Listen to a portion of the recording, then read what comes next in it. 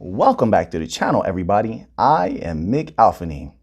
So we have an article on ripple.com here. Everything is looking great. Everything's going well. Okay. Nobody's going to FUD us. Nobody's going to back us down. We're warriors. I only speak for myself, but there may be a lot of the XRP army that identifies with this. We live by Spartan law. As my father raised me to be a warrior, I'm going to honor my father. There's no retreat and no surrender. You understand? I'm going to see this through to the end. I'm not going to be selling anytime soon. Not going to happen. Let's get to this article. Inevitably, the growing popularity of the technology means that more companies will begin to receive and disperse crypto over the coming years and months. Similarly, more financial institutions will explore the question of whether to hold crypto on their balance sheets or adopt crypto-enabled payments. Some brands may even begin to use new forms of digital assets, non-fungible tokens, CBDC, central bank digital currencies, to unlock new capital and liquidity pools. Now, I told you how important liquidity was. It's extremely important. It's extremely delicious to the banks. They raised it as a key issue when they were they've tested out a myriad of different technologies when it comes to central bank digital currencies, not just distributed ledger technology, DLT, not just that. But what they found, and thank goodness these other technologies, whatever they might be, because I don't care what they are. I'm only interested in the bank coins. That's what I hold. I hold all of the bank coins, a healthy serving. So I don't care what those technologies are. And them failing is good, in my opinion, because they're the enemy. Down with the enemy. That's how I feel.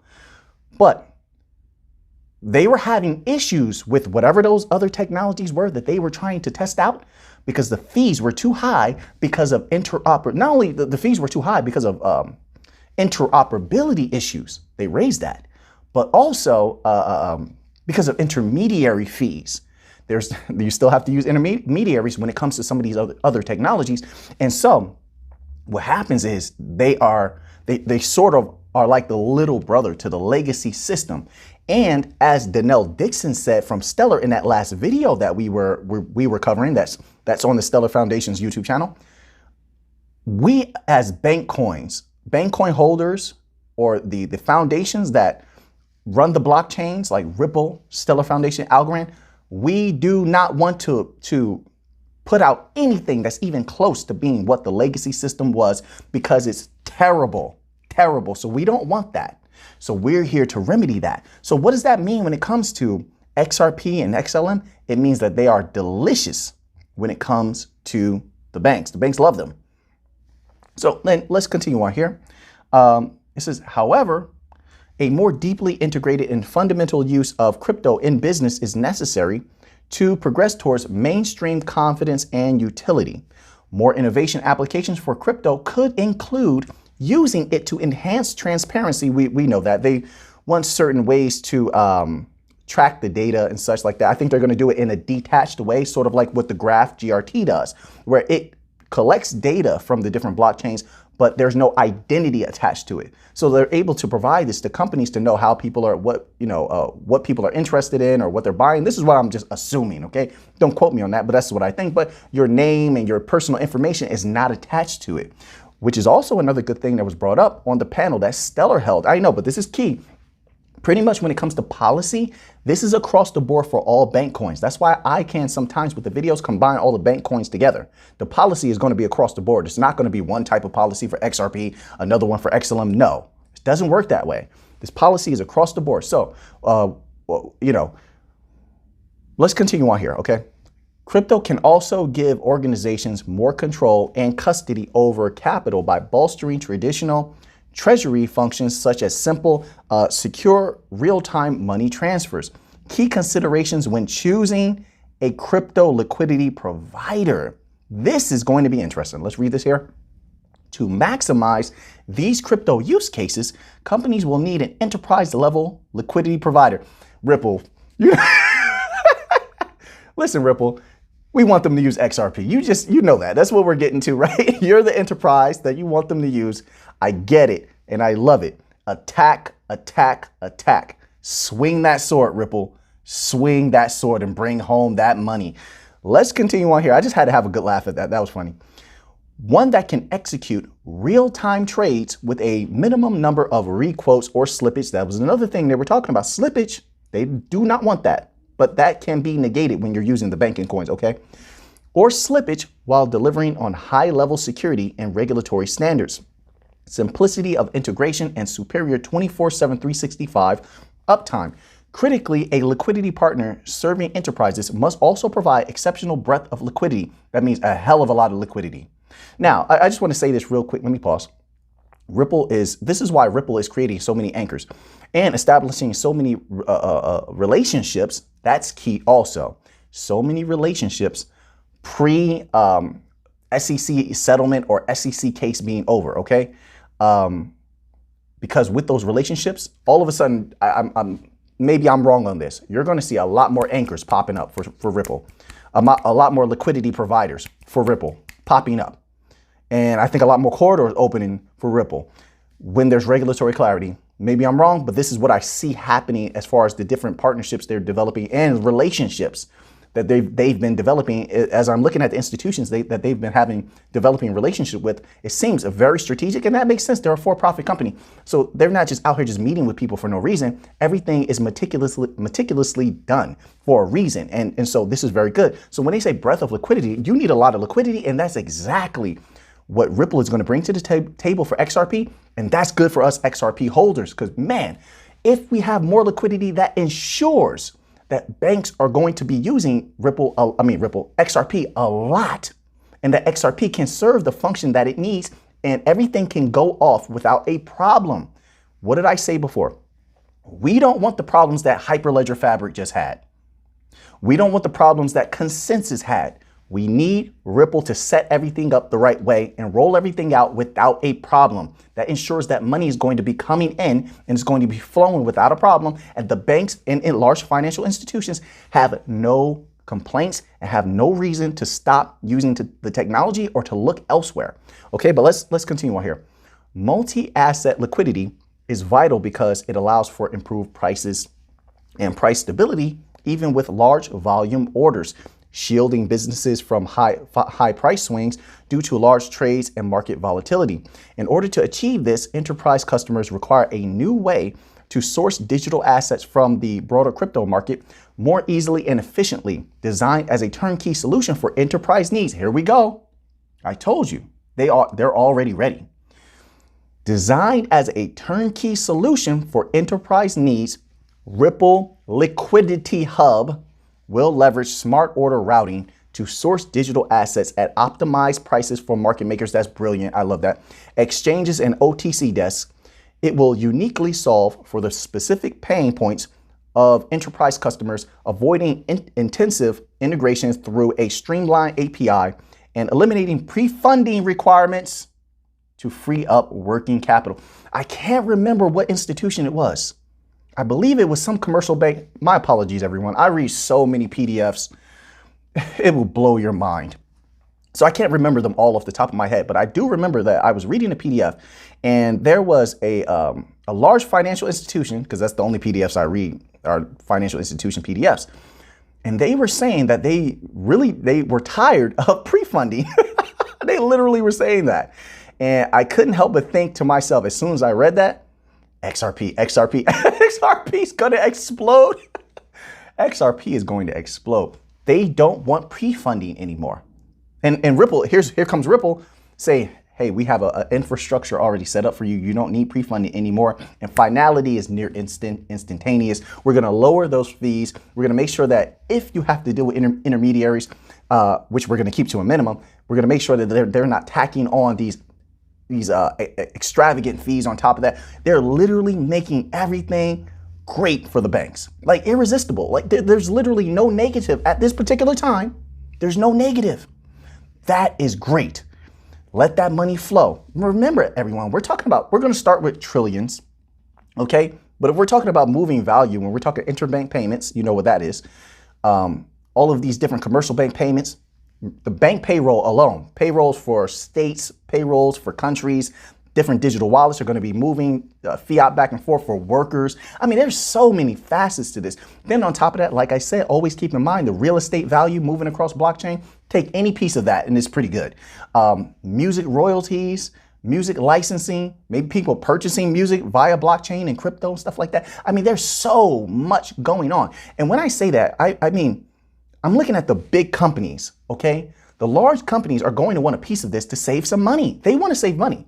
If you save money, you can reallocate that money so that it can make you more money. So now you're just letting your money make money in a way that has never been done before. So don't get me wrong, the banks have a way of doing that. I'm not going to go too deep in that. Some of you know what I'm talking about, where the banks take the money of their customers and such like that, and they loan it out, or, you know, they use it in different ways. We'll just put it like that. And so they're trying to see this little tiny return on investment. I can't even, I understand why the banks are in trouble, by the way, by just looking at how they do business and how they try to make money. But anyway, they would shirk that in a second for something like dealing with XRP, XRPL, where they're saving a massive amount of money, where they can reallocate it in whatever way they need to make sure that their money is bringing them in, not a tiny return on investment, but a healthy return on investment. What does that mean for XRP holders? The more that it's delicious to them to use, the more that the banks are using that, commercial banks, central banks, okay? Large business institutions, the higher that XRP price can go. It's just, I think that's just logical. In my humble opinion, maybe I'm wrong. You let me know in the comment section, but I think that's just logical. Okay, let's continue on here. You guys distracted me. Let me read. You distracted me. Anyway, it will uniquely solve for the specific pain points of enterprise customers. It says the future is liquid and interoperable. That is key. I'm telling you right now. I'm telling you. The way that institutions, I want to stop there for a second. The way that institutions want XRP to replace Swift, XRPL, and they want XLM to replace Swift. I'm about to put out another XLM video right now. As a matter of fact, we're going to cover one of the institutions that wants XLM to replace Swift. But the way that it works, it's working, the way that it's looking right now, it seems to me that XLM and XRP are going to be used as almost one system. That's what it looks like.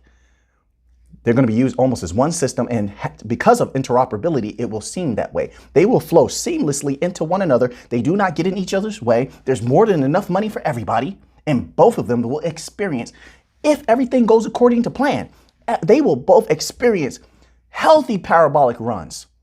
Look at the money. Just do the calculations yourself. Don't let anybody tell you what it might be. Don't let anybody tell you how much an interbank payment is. I mean, I gave you the PDF so you can read for yourself. You should always do it for yourself so you can know. It'll make you feel better too if you know for yourself. Trust me on this. All right, but let's continue on here. After a decade of listening to and partnering with companies and financial institutions around the world, we believe this is the next big evolution of crypto solutions for businesses and their customers. From streamlining instant, real-time cross-border payments to provide a bridge between currencies, don't you ever forget that we actually discovered that Visa undersold the B2B cross-border remittance market. Visa, in their document, that PDF that I know you all downloaded that when I put that out there, and you could always go to Visa's website and they have a bevy of PDFs. They're all very good. Download all of them and read all of them, in my humble opinion, when it comes to blockchain. But they undersold it. They said that they believe, and maybe this is just their estimation of what they could grab.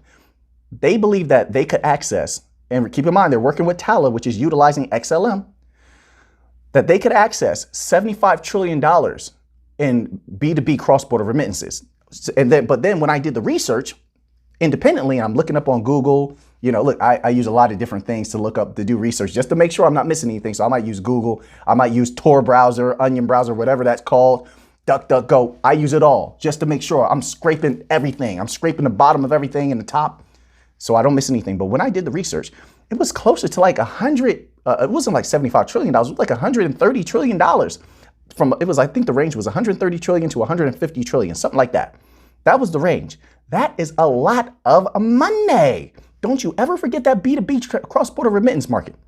Whatever it is huge, and it's something they've been having a problem with, and they need a solution. XRP is the solution. XLM is the solution. They need it. They've been hemorrhaging money, and the fees are astronomical.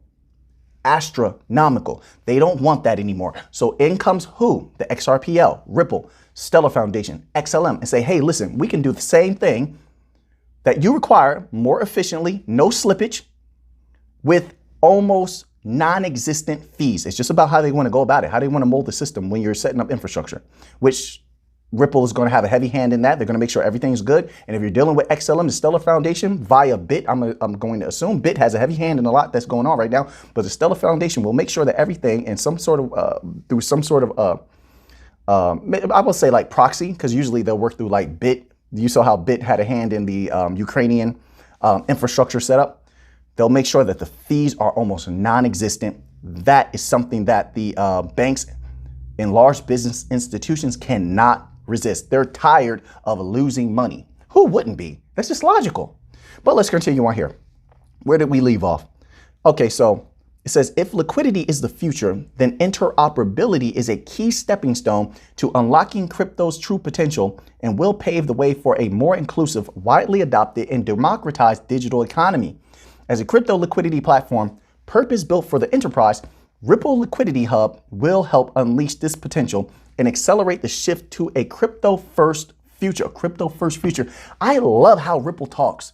They are money makers. XRP is going to explode. That price is going to raise. Can I get one raise a toe? Raise a toe. It's going to raise. That price is going to raise. Muy linda, mi gente. Every time I think about it, they're doing everything the absolute right way. I'm very excited. I'm very excited about this. A crypto-first future. Now, keep this in mind. This is why this is very important, okay?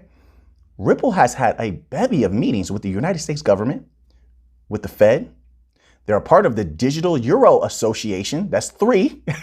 They're a part of the Faster Payments Council in the United States. That's 4. That's independent of the meetings that they've had with the Fed as just a standalone entity. They've been having meetings everywhere with some of the top people in the world. So when they say a crypto-first future, and it, this document isn't really for us. It's really for, regulators, anybody that, regulators have people that are going to bring the information to them. This is for them. They like to stay up to date on things. They have someone come into the office and they're going to conduct a briefing. This is for them. So you must understand that this is what they're conveying to those people in meetings. They want it to be a crypto-first future. Then, like I said, if you understand the importance of stable coins, you see where this is going. Keep in mind also, historically, the United States government is very lazy. They don't like to cook up anything for themselves. They don't like that. They like someone to come to them and hand them a product to use. They like someone to come to them and provide them with infrastructure.